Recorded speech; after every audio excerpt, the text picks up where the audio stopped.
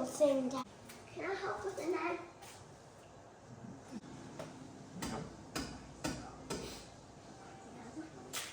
Oh my god. Yeah. That's okay. Welcome to my channel. Hello, welcome back to our channel. Today we're going to learn about Daddy cooking. Yep, and subscribe. Checking in from the gym parking lot, about to hit my indoor workout today, my weight portion of the workout. And just wanted to go over something, man. Like, I started using this notebook. When I was doing my list earlier, something about just like being on 75 hard and filming it is helping me just to lock into a place I need to be. And because, man, honestly, for the last few months, I have been struggling. Kind of along the way of trying to scale and build a big company, I realized like this is not what I feel called to do in the way that I was doing it, and it's not what I'm supposed to do at this time. And so from there, I kind of spiraled out, trying to figure out what am I going to do with my life, because it didn't feel like it was that. And so the constant need to figure out what I was going to do with my life left me in a dopamine cycle of not like seeking the plan all the time, the vision, the long-term vision, and trying to force my way into that vision right away. And so by thinking super long-term and say, hey, what do I want to build next for the future, I didn't get anything done. And so already in a bad spot financially of letting the people go, when I was still decently financially okay to take care of bills, I didn't move forward with my construction company. I kept stumbling. And so now it's much worse. But all that to say, what I realized is I just need to look at, it's easier said than done sometimes when you're caught in this dopamine addiction and anxiety cycle that I was kind of caught in. It's easier said than done, but what you really need to do is just focus on the step ahead of you. So starting and stopping 75 hard, I think I did like, I don't know, a few days, and now I'm on day 3.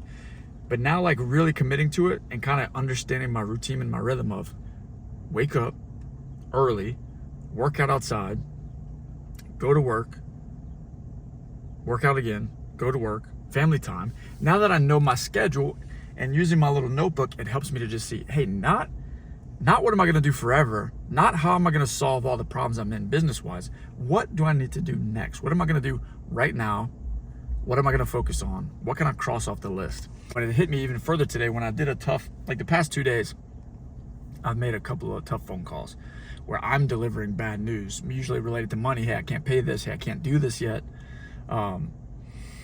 A job that we've been on for a long time that hasn't gone well. I'm still owed, my company's owed money there. Like, we haven't performed the best. It's just been a hot mess. Insurance involved, all kind of things going on. But a couple of times I just made the call, which before, when I was caught in my dopamine and anxiety cycle, it felt so difficult to even just make the phone call because I didn't know what was going on. I didn't feel like I was doing a good job. I felt like I was owed things. I felt I owed the homeowner things. Like, it just wasn't going well. But in making the call and just doing it, there's so much relief. You get the positive dopamine from just doing the action, not in the result. So the same way with even 75 hard, it doesn't matter. I'm not gonna get jacked from this one workout, but building this habit and doing this, that's where the dopamine comes from, in the doing, not the result. And so when I stack all the dopamine from building the habits, the results are inevitable. And it's gonna take a long time anyway. So don't get caught in what you're gonna do forever. Get caught in today, and then before you know it, the vision is gonna further reveal itself. The results will further reveal themselves. Because, for example, if I look at like my business, for example, my construction company, and there's different problems I'm facing in a lot of different areas. We have some rental properties that I'm trying to sell, and we have all these things that are kind of spread out. We have personal finances going on, like vehicle situations. We have private school situations and decisions. If I try to look at every problem we're facing today, and if I needed to come up with an answer to solve all the problems today, the answer would legit be like bankruptcy. Like, you know what I mean? Like, it's impossible to solve all of the problems today, but I can look at what is the step that's in front of me. And if I let go of solving everything today and I only capitalize on what can I do today, then it's a path that shows where I can fight my way out of these situations. And I think that's the difference in a business that fails and a business that succeeds. It's not solving it today, because if I needed to solve it today, I would quit. But I could look at what can I do today and what can I continue to move forward and get progress and momentum on my side.